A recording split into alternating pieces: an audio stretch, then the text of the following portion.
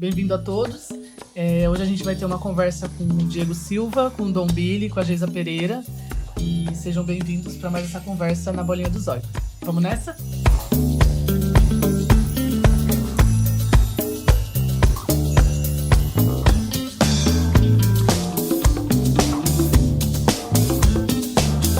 Bom, gente, muito feliz de receber vocês. É um prazer ter vocês aqui para tratar de um tema que, para mim, é muito sensível, que é uma coisa que eu faço desde criança, sem muita consciência, mas acho que a cultura e a expressão que eu herdo da minha família, né, a minha primeira herança, a minha primeira memória de infância é a memória da dança, né?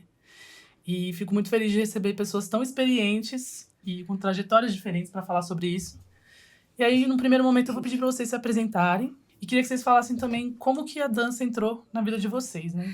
Gente, é um prazer estar aqui com vocês hoje, compartilhando um pouquinho da minha história. Eu sou a Geisa Pereira, tenho 38 anos, já dei aula na Associação de Balé para Cegos Fernanda Bianchini, onde também atuei como bailarina durante 26 anos.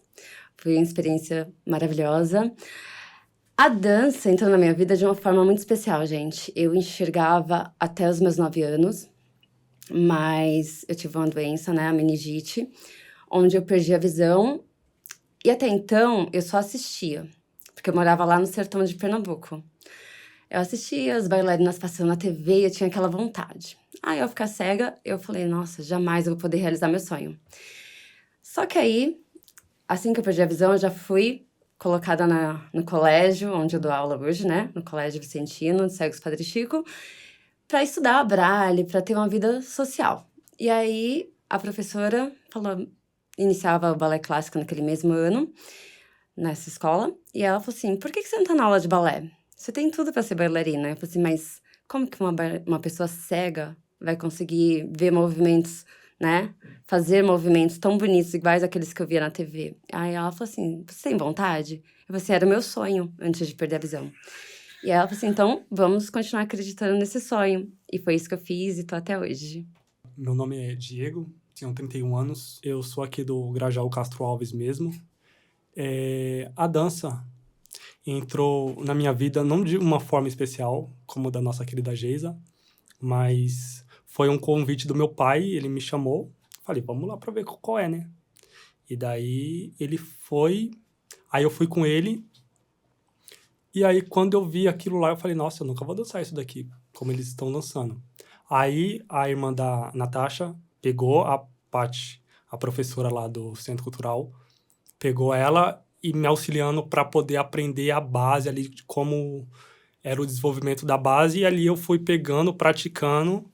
E aí, a Paty me deu uma dica para poder ensaiar melhor, tal, colocar uma toalha entre um puxador do guarda-roupa e outro para ganhar 2 braços, e pegando e desenvolvendo e aprendendo, e aos pouquinhos eu fui trabalhando isso, e aí fui aprendendo, até me conscientizar mais ou menos de como é que funcionava, e aí eu ia para as aulas, tudo bonitinho, e aí eu fui aprendendo. Então, meu nome é Billy, Dom Billy, muitos me chamam de Billy, Dom Billy, né? É um apelido aí que eu adotei quando eu entrei no Funkcia, né, no grupo do Nelson. Ele chegou e falou, esse daí é o Dom Billy lá de Itaquera, e ficou assim, né, até hoje. Mas eu comecei a ir nos bailes, já pivetão, 13 anos, morava em Guarulhos, né, ia no Sanders, lá, que é um baile que tinha lá. E aí peguei gosto por dançar, pela música black, né, que tocava no baile. Isso daí eu tô falando dos anos 70, né? E vi tinha um cara que frequentava o baile lá, que o apelido dele era Português, né? E ele dançava um funk assim, absurdo, né? E ele tinha um passo lá que a gente chamava de espaguete, né? Depois, mais tarde, eu vim descobrir que é espacate. Que é aquela abertura, né? Ele tinha uma abertura bonita, né? Uma abertura 0, assim. E a partir dali eu comecei a me interessar. Falei, pô, eu quero ser isso daí também, né? Quero ser um dançarino de baile e tal. E Comecei ali. Em 80, eu formei um grupo com um parceiro meu, Pierre, chamado Power Funk, né? E a gente ganhou um concurso de dança lá nesse bar. E a partir daí é onde eu começo a contar, né? Minha vida profissional de dança, né? Depois entrei no grupo Funkcia, que era um grupo que era um dos únicos grupos assim de black que dançava nos bailes, no palco mesmo da Chic Show, na época, né? Era um grupo exclusivo da Chic Show. Depois passou a fazer parte de outras equipes, outros shows também, né? Zimbábue, Sideral, enfim. E entrei no grupo, a gente começou a dançar e tal. Eu fiz balé durante um tempo, eu ganhei uma bolsa de estudo, né? Pela TV Cultura, tinha um programa lá chamado Convite à Dança. E eu escrevi e fui sorteado, assim, né? E aí fiz balé durante um tempo, aí que eu aprendi as nomenclaturas, né? De alguns passos e tal. Foi muito, muito legal, assim, porque deu uma base para tudo, né? E esse foi o meu começo. Aí, em 83, a gente levou pra rua, né? O breaking, que até então era só a dança, né? Foi o primeiro elemento de 5 elementos que hoje a gente sabe que é a cultura hip hop. Mas o breaking foi a introdução, né? E a gente levou pra rua, fomos os pioneiros aí nessa parada do breaking na rua. Na 24 de maio ali com a Dom José de Barros, que foi onde surgiu a cultura, né?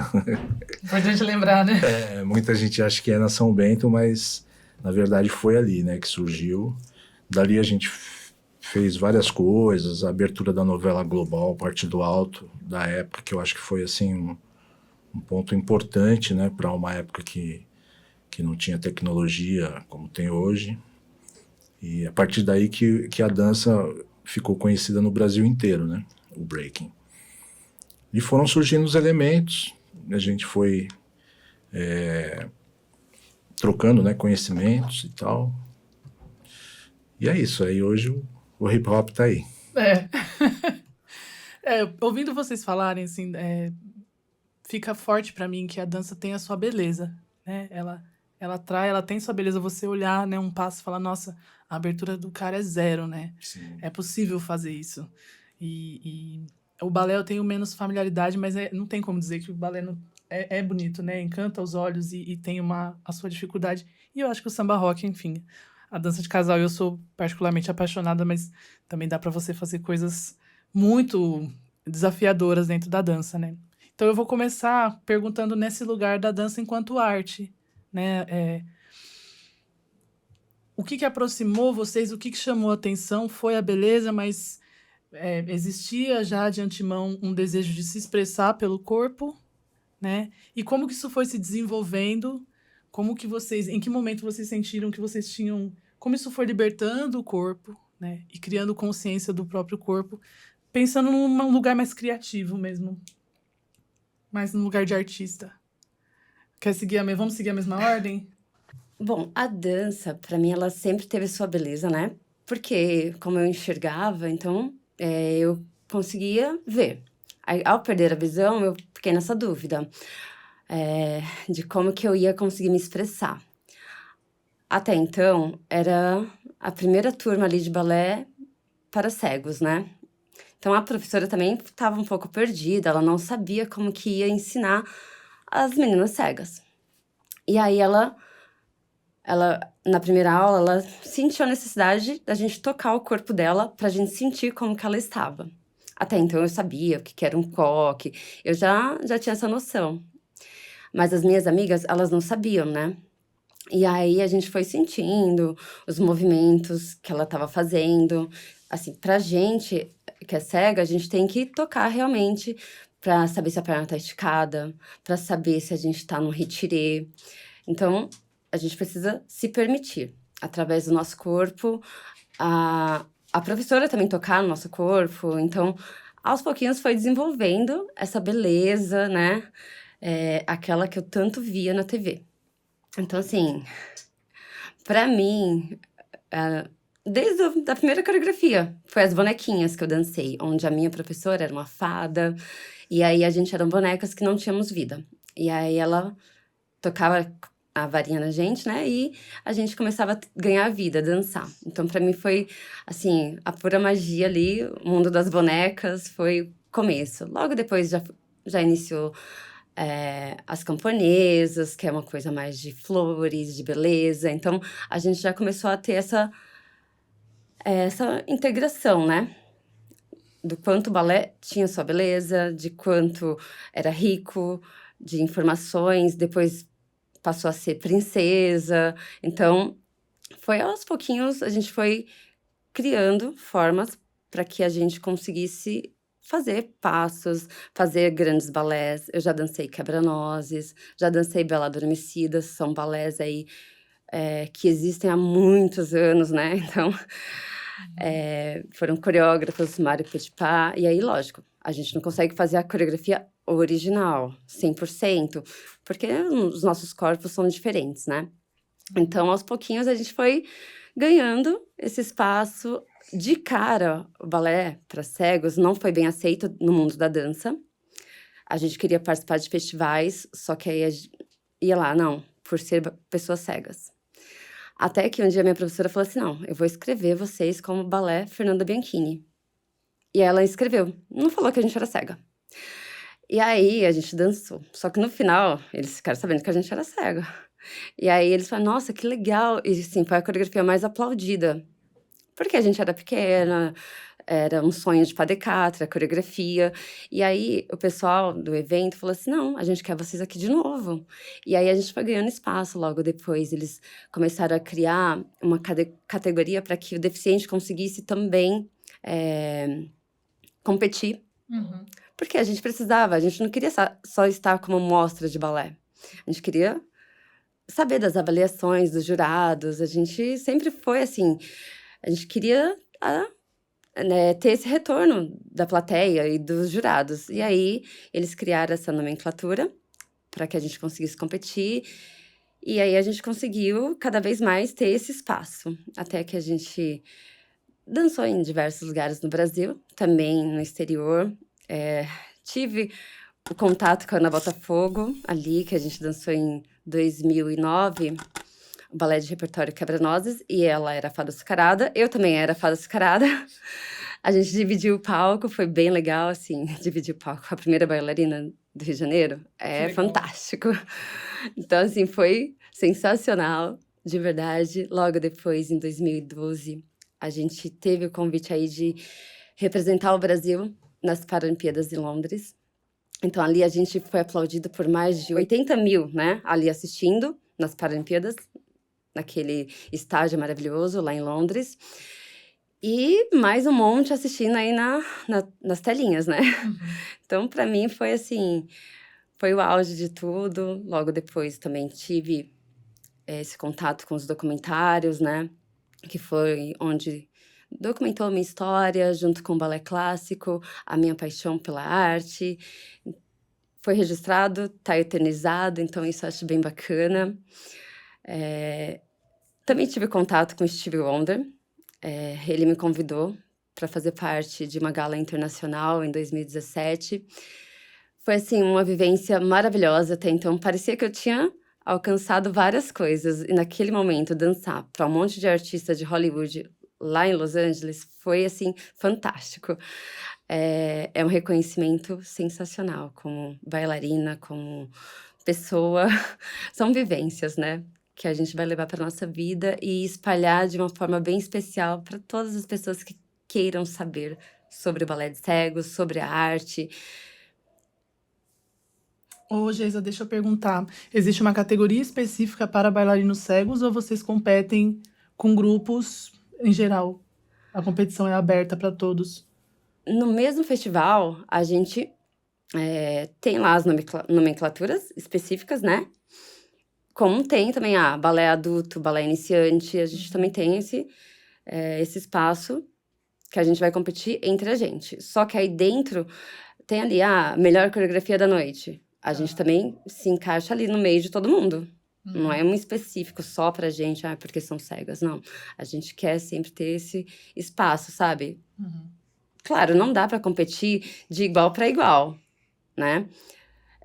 Teve um momento que eu participei e Isso foi em 2009. Participei desse mesmo festival e um jurado virou e falou assim: ela não pode dançar balé de repertório. Balé de repertório são esses, quebra-nozes, né? Uhum. E aí, eu fiquei um pouco assim, chateada por essa colocação do jurado. Aí, em 2015, eu já tava dançando a Bela Adormecida, que é um balé muito mais difícil, até, né? Exige muito mais. E aí, quando eu fiquei sabendo que essa jurada tava lá na banca, eu falei assim, ixi, ela vai falar de novo, né? Mas tô aqui, vamos nessa. E aí, ela me deu uma nota máxima. Que legal. Então, tipo, ela teve o reconhecimento... tipo, ela conseguiu perceber que, sabe, não importa se a pessoa é cega, se a pessoa tem essa deficiência, limitação. O que importa realmente é o que ela vai demonstrar ali na arte, né? Então, foi bem bacana. Eu peguei o primeiro lugar naquele momento. Lógico, tinha as minhas amigas que também competiram, dançaram também balé de repertório.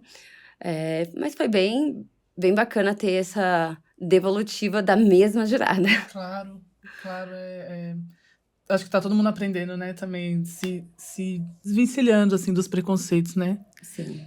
Diego, queria ouvir de você, então, agora. Eu sei que seu pai dança, né? Eu aprendi a dançar com ele, né? Que é uma pessoa muito generosa, assim.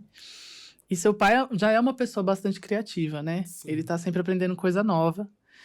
Aí eu queria saber, assim, o que... Porque, dentre as possibilidades, não sei, eu acredito que você tenha escolhido samba rock também por conta dele, né? Certamente. Mas você se aprofundou. Sim. Você foi para um grupo, vocês estudam coreografias, né? Queria saber como que é para você esse lugar da expressão, da criatividade, né? De poder criar coisas, enfim, e há várias damas, né? Testar Sim. com cada corpo. Cada ser humano é um único, né? E cada dama tem certa forma de estilo de dançar e tudo mais. Mas a dança para mim, para me expressar na dança, porque assim, eu sou uma pessoa muito introvertida. Eu não sou muito de conversar.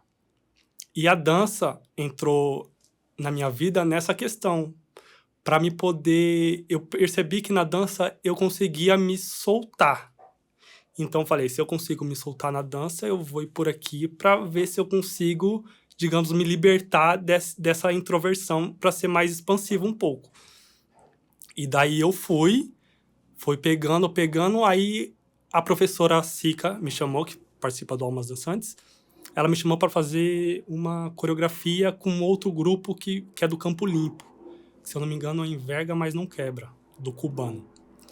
Aí ela me chamou, aí a gente chegou aí lá ensaiar com eles umas 3 vezes lá no céu. Eu não sei qual céu que é, mas ali no Campo Limpo ali. E a gente ensaiou, aí a gente foi se apresentar no Maria Zélia, na Zona Zona Norte, né? Zona Norte, isso. Num baile do Bruno Magnata, que tem o Samba Rockers, que ele dá aula ali na São Bento ali. E daí a gente se apresentou, foi maravilhoso a apresentação, tipo, incrível. E daí de lá ela já emendou com Almas Dançantes, falou assim, não, a gente precisa criar o nosso próprio grupo para poder se apresentar nos bailes e tal. Geralmente, quando a gente se apresenta é em um mega baile, um baile festivo e tudo mais.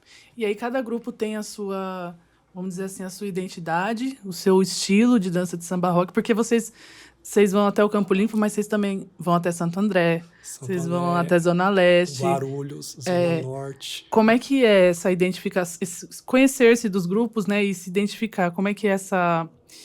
Tá me faltando a palavra, mas... A troca. Mas como que os grupos têm o seu jeito próprio de expressão samba rock, tem seu estilo, tem seus sotaques na dança, vamos dizer assim? Tem seus trejeitos, né, por assim dizer. Então, cada um expressa aquilo que é mais íntimo seu, nas suas dificuldades, nas suas limitações. Até para a pessoa que não é deficiente, tem suas limitações, que é normal, isso é fato. Então, cada um acaba contribuindo de uma forma única para poder agregar ali na coreografia, falando que, ó, aqui eu acho que aqui não vai ficar bem legal nessa coreografia, vamos tentar fazer de essa outra forma. Aí a gente vai, experimenta, ficou legal. Aí a gente vai, coloca, complementa e tira aquela outra que não ficou tão legal. E daí a gente vai elaborando ali. E essa troca é muito boa. Tanto que eu dancei com o Enverga, e daí, pô, o cara me deu várias dicas, tal. Forma de como fazer a base, o tempo, ter paciência com a gente mesmo, às vezes, porque é necessário, às vezes. Às vezes não, sempre a vida inteira. Então, aí a gente vai pegando dica daqui, dica dali, na internet, a gente vai trocando. E a gente vai aprendendo, porque nós somos eternos aprendizes, como diz meu pai. Com certeza. É um exercício de permitir-se, né? Exatamente. E no campo do hip hop, assim, eu acho o hip hop muito encantador, né? É como ver uma capoeira também. É aquele lugar de você olhar e falar, nossa, eu nunca vou conseguir fazer isso. Tem muito, né, da capoeira. É muito performático, né? Pra mim, olhando, né, daqui. Mas e aí, como foi pra você perceber que era possível expressar muitas coisas e que o hip hop é gigantesco, né? E aí experimentando e falar, nossa, é aqui, é o popping ou é o breaking. O que fez você se sentir confortável nesse lugar e sentir que era um lugar onde você podia se expressar? É mágico, né? Porque assim, a gente vem de uma dança mais soul, mais clássica, né? Do soul, funk e tal, quando surge o breaking, né? E é uma dança totalmente diferente do que a gente vinha praticando, né? Apesar do grupo Funkcia já ter algumas coreografias de locking, né? Mesmo sem saber, robotizada, né?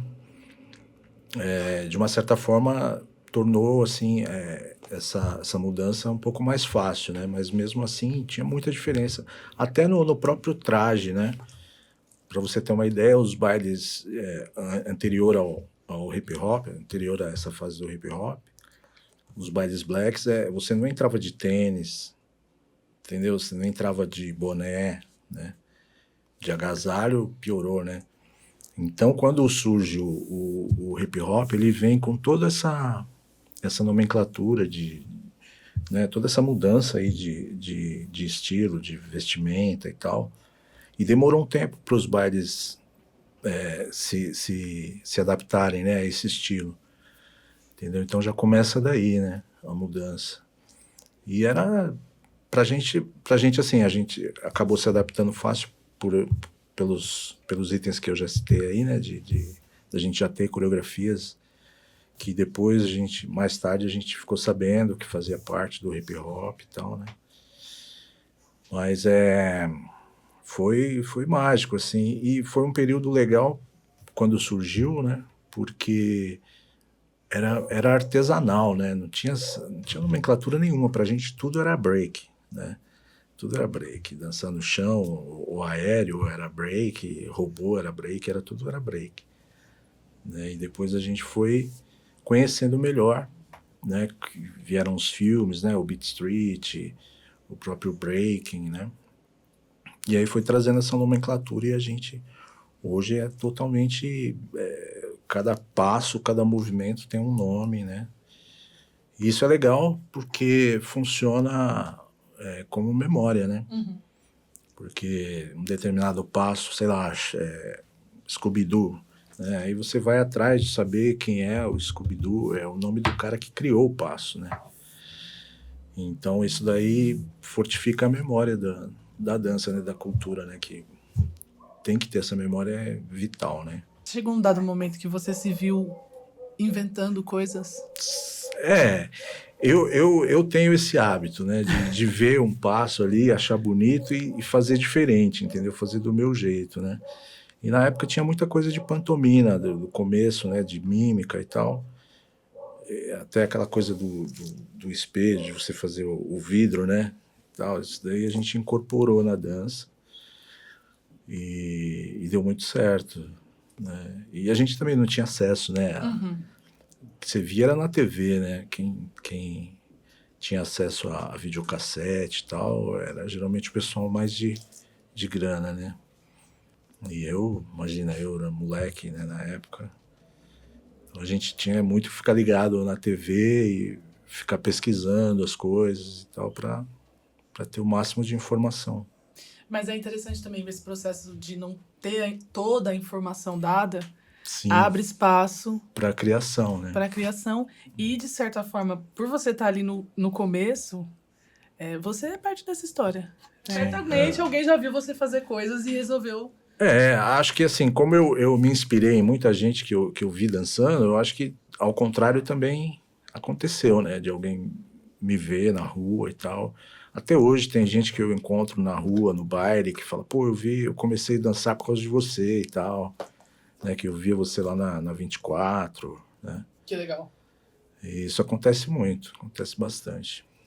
Então, e agora eu vou levar para esse lugar dos laços, né? Os laços que a dança e o trabalho como artista permite a gente criar, né? Acho que todos nós aqui temos uma trajetória de conexões, tem pessoas que abriram as portas pra gente, que nos ensinaram, né? Eu achei muito bonita essa história, eu não sabia que a minha irmã tinha sido parte do seu processo de aprendizado. A Paty pegou ela e... Que a Paty faz isso, a Paty é a nossa professora, assim. Se você sabe um pouquinho mais... Sou louco pra aprender samba rock, é uma coisa que, pô, eu venho dos bailes lá de trás, lá e não aprendi, cara. Não, e tá super conectado, Gosto. né? Essa coisa dos bailes com o samba rock. O samba rock tem um senso de comunidade muito forte, assim, pra mim tá nesse lugar de fazer parte, sabe? Mas eu queria saber como que a dança, a gente se referencia em alguém e as pessoas se referenciam na gente, e assim como as pessoas abrem portas pra nós, a gente também abre portas pra outras pessoas. Queria saber de vocês, assim, como que a dança tem sido uma forma de conexão e de vínculo com uma comunidade ou com um determinado território. Enfim, acho que no caso do samba rock o Grajaú tem uma tradição grande, né? Sim, ainda falta, nas periferias ainda falta muito, pelo menos no lado da Zona Sul aqui, extremo sul, falta muito, porque aqui é muito carente, não é tão fomentado. Você vê só aqui, por exemplo, Centro Cultural, no Céu Navegantes e no Céu Três Lagos que tem aula. Que de outros lugares não tem. É mais lá, tipo, Campo Limpo, que tem muito baile. E não sei se lá tem aula, porque eu não sou muito antenado nessas questões. Mas, então, pra cá é muito, muito escasso. Ainda bem que tem aqui a Paty Tchu com o Projeto Soul, o CIA e o Sorriso Simpatia Samba Rock, que ajuda a fomentar aqui o samba rock. Aí tem sempre gente nova. Você vê que é lotado as aulas. E são iniciativas... São iniciativas, literalmente. próprias, assim, as pessoas querem fazer. Exatamente. E o mais legal é que, às vezes, tem pessoas que vai num projeto, por exemplo, pelo menos no CIA, lá no Três Lagos, que tem gente que ficou sabendo da aula de samba rock através do posto. Tipo, uma atividade que tenha dança ou coisa do tipo, aí postaram lá um panfleto, colocaram lá no mural. Aí, geralmente, são mais senhores de idade, vão lá, tal, na consulta, tal, aí vê lá no mural, vou lá ver, aí vai lá, se inscreve e começa a fazer aula. E aí é maravilhoso. Quer comentar, Geisa? Bom, a dança, ela é forte, assim, dentro, né, do lado social mesmo pra mim, porque foi o que me aproximou muito, né? As pessoas falam, nossa, eu te vi na TV... E elas começam a conversar um pouco mais. Nossa, por que você tem essa postura? O que te incentiva a ser tão, assim, delicada? A ser tão, assim... As pessoas se aproximam mais para conversar. Acho bem bacana isso. Dentro, o balé clássico é algo mais elitizado, mas, graças a Deus, hoje está tendo, assim, uma força, né, dentro das comunidades, dentro das fábricas de cultura. É bem bacana, porque eu vejo, assim, crianças falam assim, nossa, você faz balé, você é tão bonita, eu queria fazer, eu queria dançar. Então, assim, aproxima bastante, sabe? Esse fato de fazer balé e as pessoas irem procurar. Eu acho bem, bem especial. E para nós também, já que estamos ali no meio, né, dançando, os bailarinos que não têm nenhuma deficiência, eles buscam, né? Olha, realmente você faz pirueta, nossa, que legal, eu posso fazer uma pirueta com você?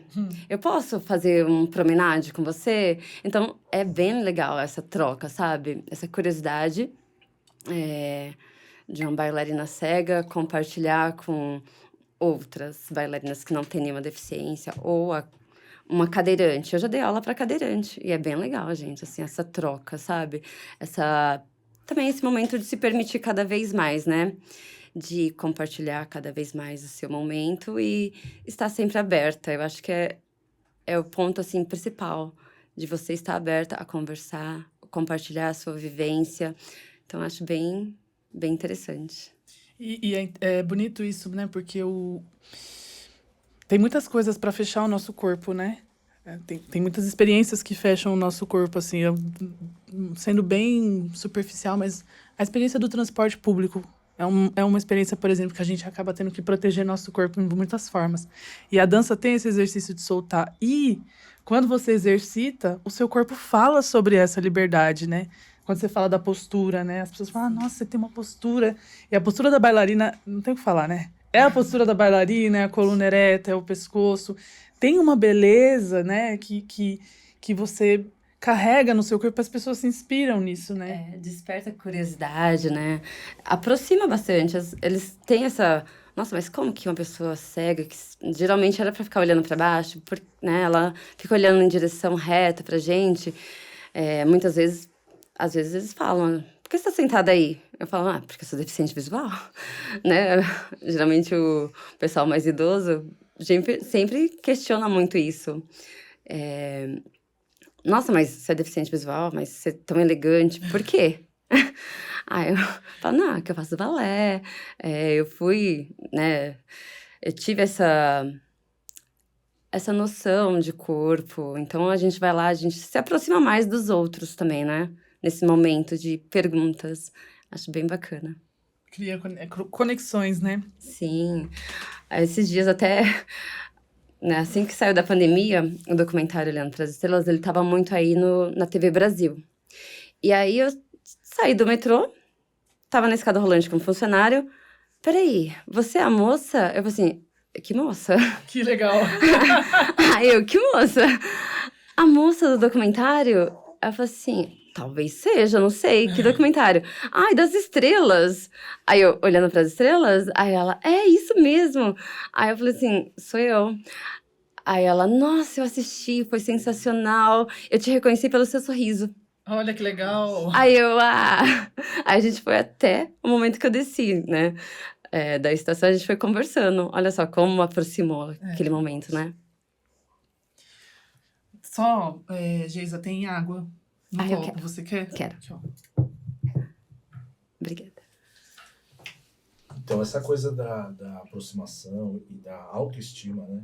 É uma coisa muito também do baile black, surgiu com o baile black, né? O Dom Filó, que é um ativista carioca, né? Ele que começou com essa história do baile black lá no Rio de Janeiro, né? Na década de 70. Ele é criador da Soul Grand Prix, que é uma equipe de baile, né? Da Zona Norte lá do Rio. E ele tinha um baile que era o baile do Shaft, né? Na época tinha aquele seriado, né, do Shaft e tal, aquele policial, acho que você não era dessa época. Não, você vai ter que explicar. Era de um policial negro e tal, careca, né, que vivia no subúrbio lá dos Estados Unidos e tal. Mais ou menos essa história. Eu também era novinho, mas eu me lembro bem, assim, né, da estética do filme, né, do seriado. E ele fazia a noite do Shaft, né? Então, ele fotografava um pessoal que ia no baile, e depois, no outro final de semana, ele colocava a foto da pessoa no telão. Que sabe? legal. Como se fosse personagem do seriado e tal, né? Isso daí foi mexendo muito com a autoestima do pessoal, né, do baile. Funcionou muito. E o baile black, ele tem essa característica, né? Mesmo aqui em São Paulo, a Chic Show, eu me lembro que na época que eu ia nos bailes da Chic Show, no Palmeiras e tal, eu morava na Zona Leste, eu ia até a Penha, pegava aquele famoso Penha Lapa, né? E, tipo, num dia de baile às 9 da noite, sei lá. Você pegava o ônibus e era só de pessoal indo pro baile. Nossa. Na maior estica, assim, porque era um baile mensal, então o pessoal se programava o mês inteiro, comprava roupa, ia lá na galeria fazer o black. Então era coisa linda, assim, de se ver, né? E era só o pessoal indo pro baile. Imagina, esse horário, 9 horas da noite, sentido Lapa, é vazio o ônibus, né? Mas ia lotado. O pessoal tudo para descer lá na Turiaçu, no Palmeiras, antiga Turiaçu, né? Que hoje... Dava quantas pessoas, mais ou menos, nesse baile? Tem noção? Tem, o que era divulgado era na faixa de 15 mil, 20 mil pessoas, assim, né? Misericórdia. Não tem show que não junta tudo isso de gente. Isso. E ele trazia... o Chic Show foi, assim, um império, né? Dos bailes blacks, né? Ele trouxe várias atrações internacionais inimagináveis para a época, assim, né? James Brown, imagina James Brown, né? E tantos outros nomes, né? Na época do rap, foi o primeiro baile a trazer um show internacional, né? Como o Di. E eu fui em quase todos, né? Você viu o James Brown? Vi James Brown. James Brown, na verdade, eu acho que ele veio 3 vezes, né? Que legal. Aqui pro Brasil, né? E então tinha essa coisa da autoestima é muito forte, né, no baile, porque hoje ainda tem, né, baile black, e é muito forte, né? E deixa eu perguntar, na sua trajetória como bailarino, você sente que tem um legado que fica e que... Fica difícil falar de bailarino na frente da gente, Não, né? Mas... vamos lá. Somos todos bailarinos, né? Todos. Mas se houver uma restrição nesse sentido, né? Não, Importante. somos todos. Você sente que existe um legado que você... Claro que você... as pessoas se inspiram no seu trabalho, né? Mas, por exemplo, existem trabalhos que você faz nos territórios onde você vive, por onde você passa, que você já morou em muitos lugares, né? Sim. Como que é? Por onde você passa, como que é esse legado, né? Porque os jovens se inspiram... Um no outro. O né? hip hop, ele atravessa a história, né? O hip hop, ele é muito forte, assim como o samba rock também, e o soul, o funk, sempre foi forte, assim, na quebrada, né? E eu acho que, você vê hoje, o hip hop tá nas Olimpíadas, né? Então, eu acho que a base do hip hop e dessas danças urbanas, né, sempre foi a periferia. Entendeu? Então, eu acho que existe tem gente que não viveu a época dos anos 70. Eu conheço pessoas que não viveram a época dos bailes, do funk soul, no caso, né, que é anterior ao hip hop. E hoje dança funk soul.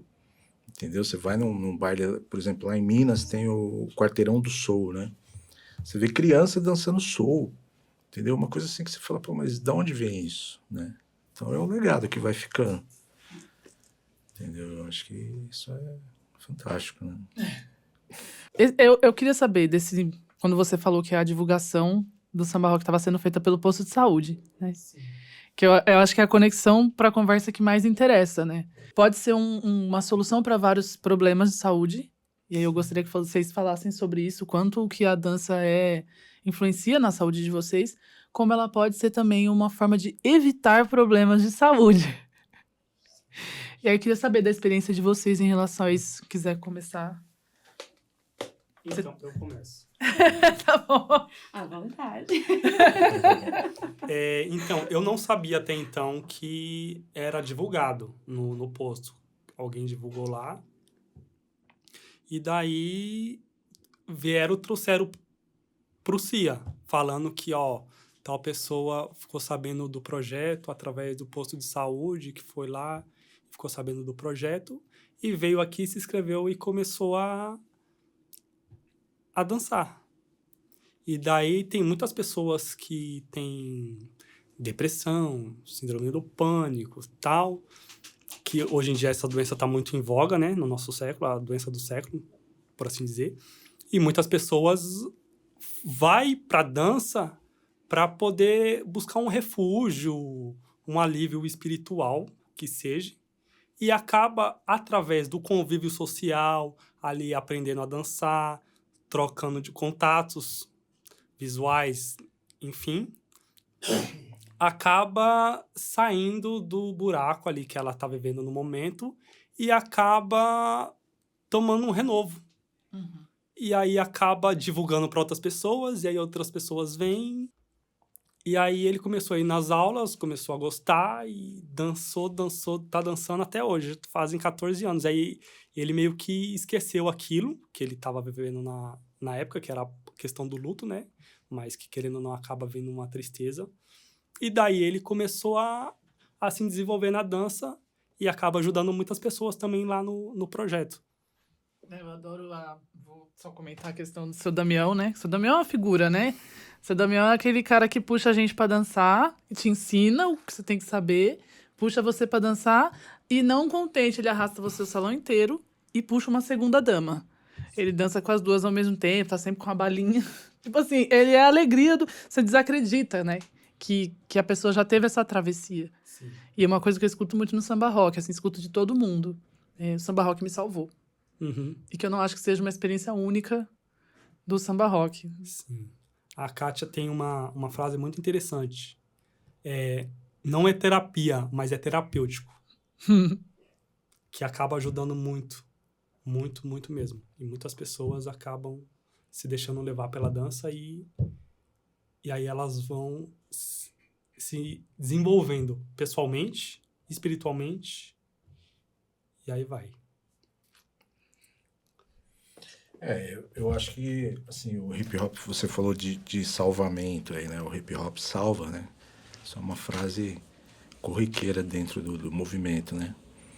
Porque existem vários relatos de pessoas, de crianças, de meninos e meninas que foram salvas pela cultura, né? Então eu acredito que a arte salva, né, em geral. Mas como o hip hop ele é mais na periferia e mais, assim, de fácil acesso para essas pessoas, eu acho que ele tem esse papel também, né? E a questão do baile ele como a gente estava falando aqui no intervalo aqui, existe as danças de pares, né?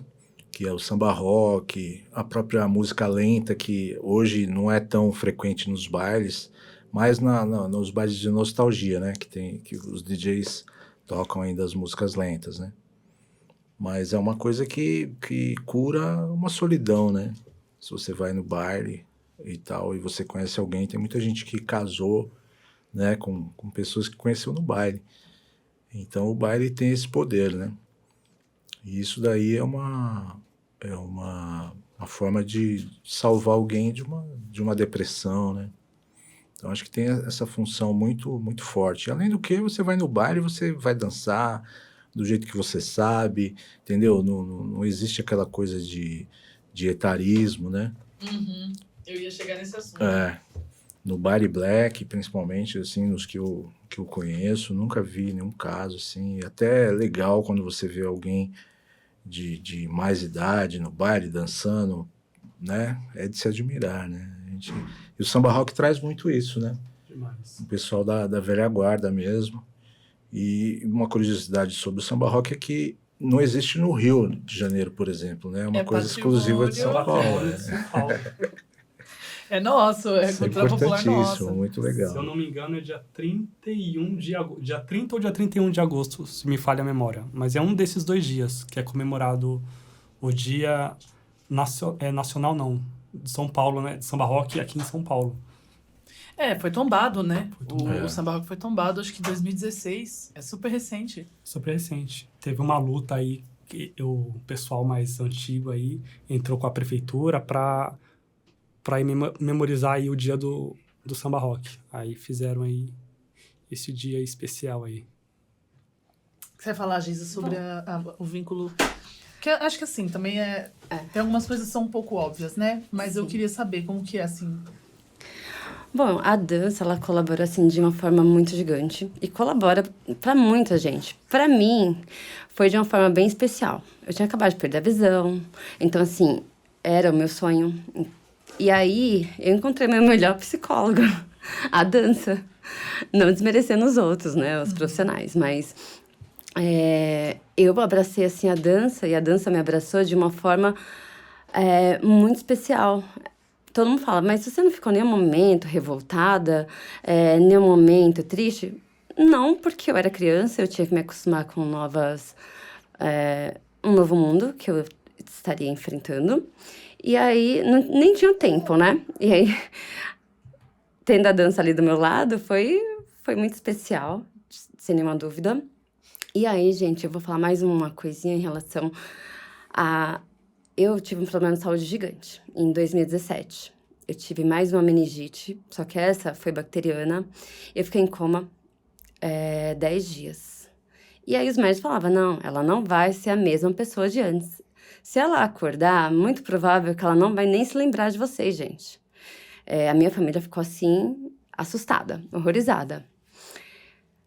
Aí depois, né, passou alguns dias, eu acordei.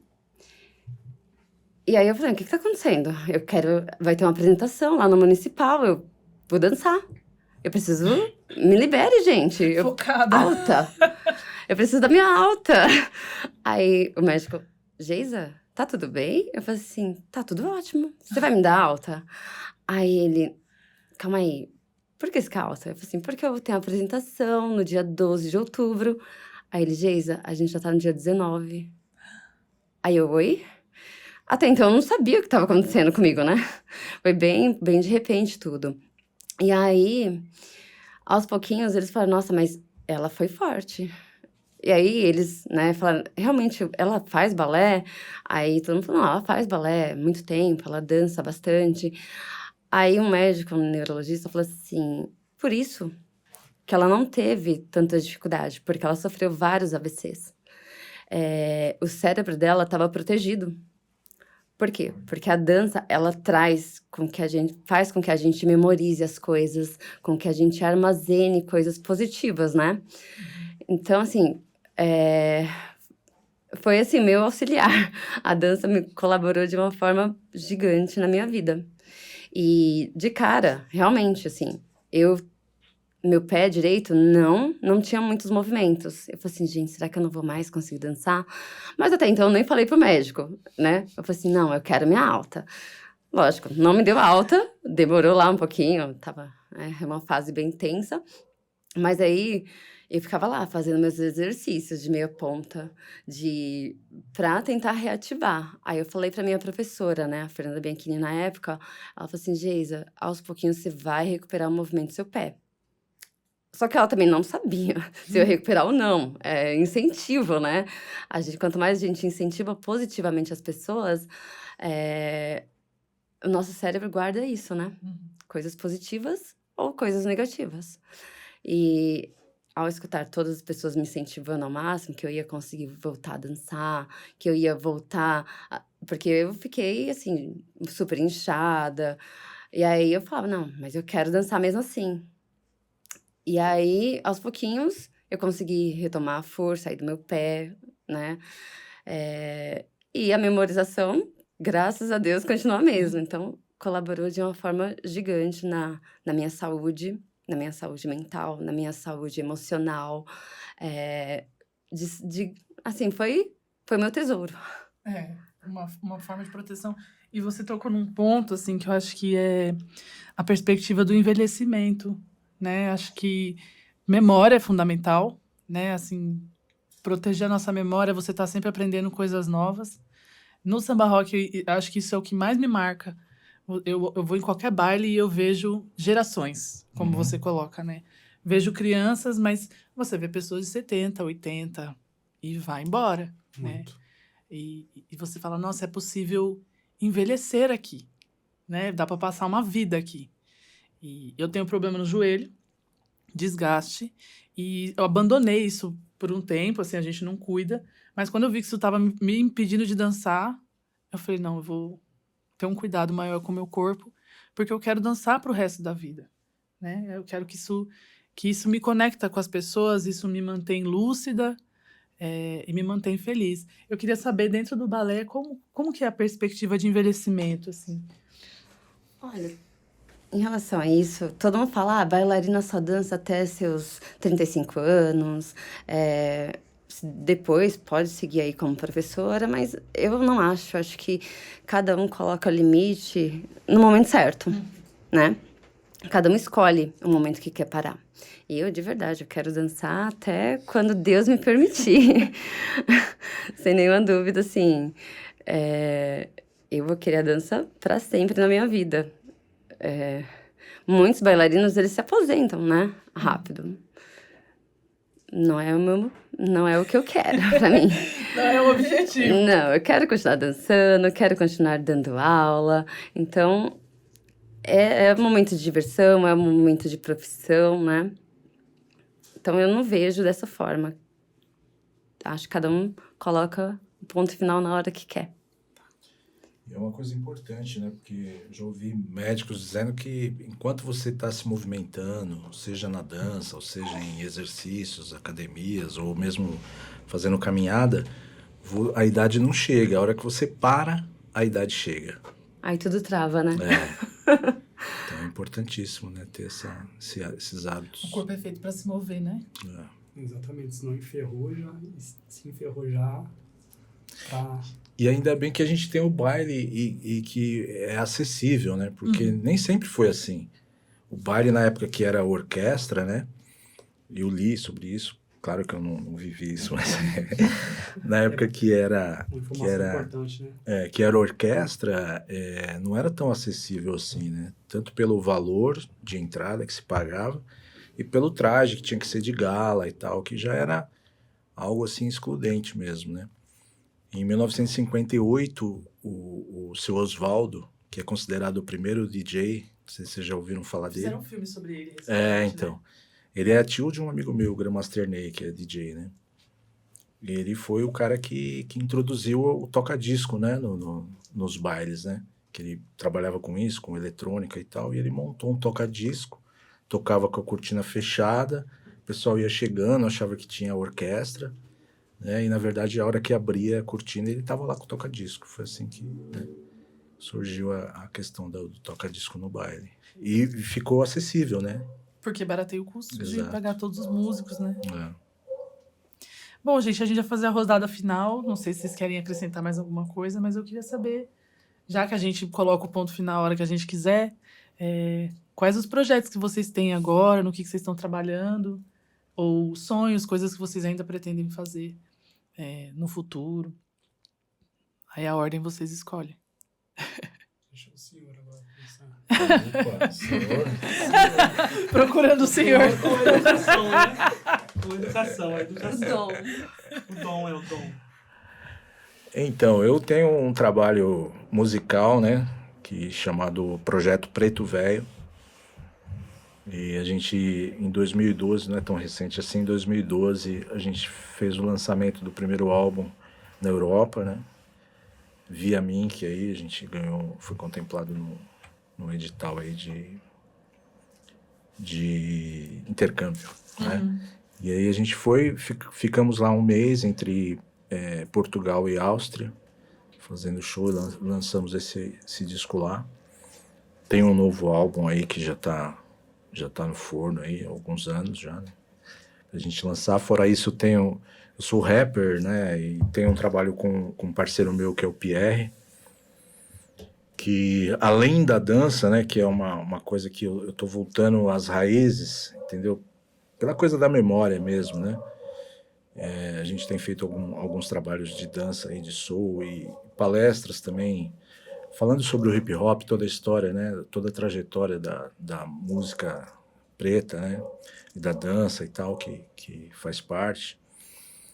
E eu tenho um trabalho também com ele de composição, de rap e tal, chamado o funk falado. Que era como a gente classificava no começo, a gente não tinha esse nome, rap, né? E a gente ia no baile e dançava o rap, que já vinha lá de fora, os primeiros, né? A gente dançava o funk, soul funk, que a gente ainda não tinha o hip hop, né? Então a gente chamava de funk falado, porque era tagarela, era rap, né? Então a gente adotou esse nome aí. E é isso, os meus trabalhos atuais têm sido em torno disso daí. Estamos também projetando aí um documentário contando toda essa história. E vocês mesmos muito. estão produzindo o documentário? Como que é? Eu tenho todo o material e tenho o Daniel Fagundes, que é um cara que está Daniel Fagundes. Cineasta, Passado. importantíssimo aí que está com a gente nessa pegada aí. E assim, a gente tá resgatando essa memória, né? Inclusive lá na 24, o foco é ali, né? 24 de maio com Dom José de Barros. Que se a gente não fizer isso, vai gerar um apagamento, entendeu? A gente, né, faz parte dessa primeira turma, né? Dessa primeira edição aí de dançarinos e tal, tanto do funk como do hip hop em São Paulo, né? Então a gente tem que preservar isso, que é o nosso patrimônio, né? Uhum. Então a gente está focado nisso. O documentário vai falar disso, vai falar da minha trajetória dentro do rap também, né? O audiovisual é uma ferramenta maravilhosa, né? Muito, muito, muito. De memória, né? Tem os Gêmeos aí, que é nosso parceiro, que está com a gente, que está dando uma força também, né? Eu também estou cedendo muito material para eles, né? Que eles estão com exposição em Washington. E vão fazer uma também aqui no Sesc 24 de maio, uma exposição Outra, grande. que não é a mesma do... Uma grande, né? Documentando tudo isso daí. Eles são do começo também, né? E é isso. Bom, eu participo das aulas assiduamente ali no Centro Cultural e lá no Céu Três Lagos. Eu não vou tanto em bailes tão longes, é mais assim quando a gente vai se apresentar, coisa do tipo. E daí a gente tá agora, o projeto Almas Dançantes tá com coreografia nova, que a gente tá... Ela já é feita, mas a gente tá começando a ensaiar ela. Uhum. Então a gente tá pegando aí firme. A gente começou aí esses dias a trabalhar nela para poder pegar, entender a dinâmica dos passos e tudo mais. Estamos trabalhando firme para poder pegar. E estamos nas aulas, ensinando aquilo que a gente consegue ensinar, ajudar as pessoas, porque muitas pessoas são idosas e tal. E aí a gente auxilia da maneira que a gente pode, como a gente, né, tem as nossas limitações. E ter o cuidado também com as pessoas, né? Porque às vezes muitas pessoas acabam indo nas aulas e a gente não sabe como foi o dia da pessoa e tal. Então a gente tem que ter esse cuidado também para não ser invasivo de uma forma assim que às vezes você pode meio que puxar a orelha da pessoa na hora, e aí a gente meio que também assim, a gente tem que manter o pé no freio para não... E aí a gente participa das aulas. Um respeito, né? Um respeito, literalmente, para não poder... Porque, querendo ou não, dependendo de como a pessoa é tratada ali na hora, ela pode falar, nunca mais volto aqui. Dependendo do jeito que a gente trata a outra pessoa. Então, a gente precisa ter esse respeito com a pessoa, porque a gente não sabe como foi o dia da pessoa, se ela teve um dia mal e tudo mais. E deixa eu perguntar, vocês também organizam um baile no Castro Alves. Um baile ótimo, inclusive. Organizou, foram 2 ou 3, eu não me recordo, eu sou péssimo de memória.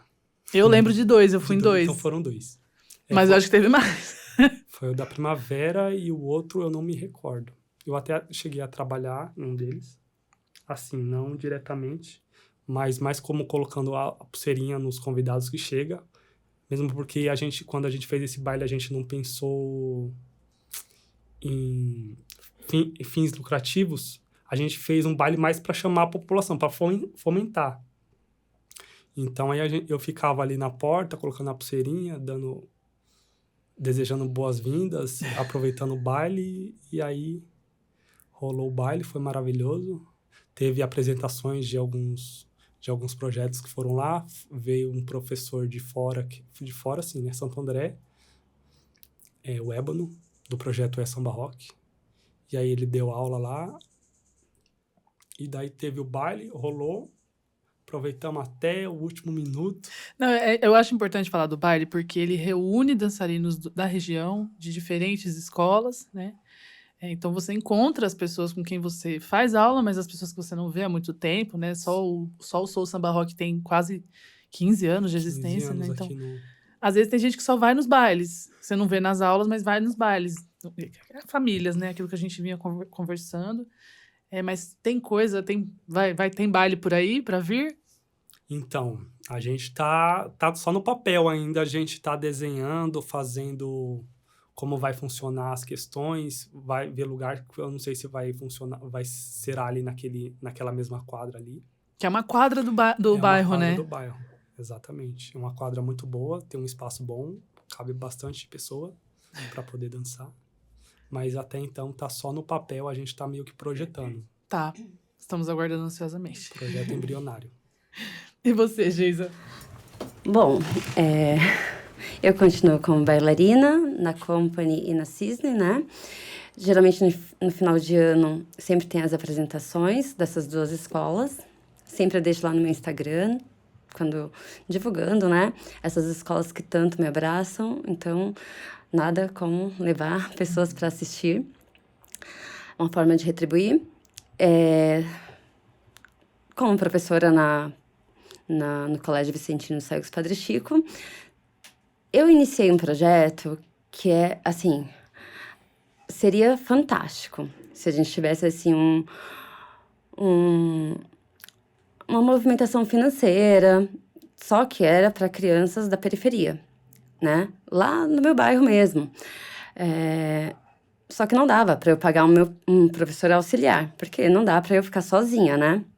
E aí acabei encerrando, mas assim, tenho uma vontade gigante de estar com essas alunas. Eles se entusiasmaram demais. Seria uma retomada aí sensacional. Eu estava dando aula na fábrica de costura. O governo, a prefeitura, infelizmente, não colabora tanto, né? Então, eu tinha que pagar esse auxiliar por minha conta. E aí, eu aguentei durante um ano. Mais que isso, eu não conseguiria, infelizmente. Mas a gente conseguiu ali ver que muitas estrelas poderiam brilhar cada vez mais, sabe? Dentro das comunidades. E eu incentivei cada vez mais essas meninas a continuarem lá na fábrica de costura. Não era um balé tão forte como eu gostaria que fosse, mas pelo menos eu deixei um registro lá. Eles começaram a fazer apresentações de final de ano, coisa que o balé não fazia, então achei bem bacana. Mas nada como eu estar à frente desse projeto que seria fantástico com essas crianças, independente, né,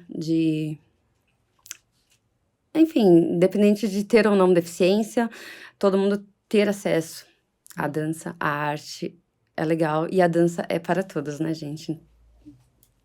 Nossa, eu desejo muito que esse projeto dê certo, né? Assim como outros que a gente também tem, né?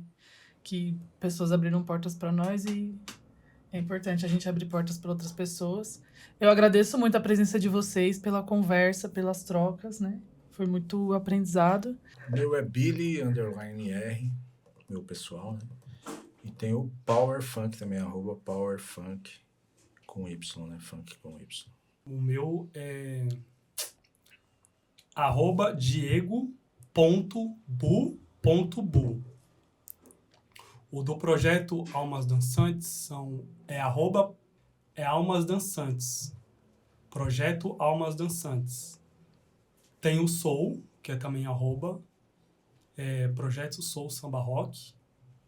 E o do Cia também, o Sorriso Simpatia Samba Rock também, que eu não vou deixar aqui esquecer, é @Sorriso Simpatia Samba Rock. Tudo aqui na redondeza aqui do Grajaú. O meu é geisapereira.bailarina ou @geisabailarina também aparece lá. É isso. Encerramos?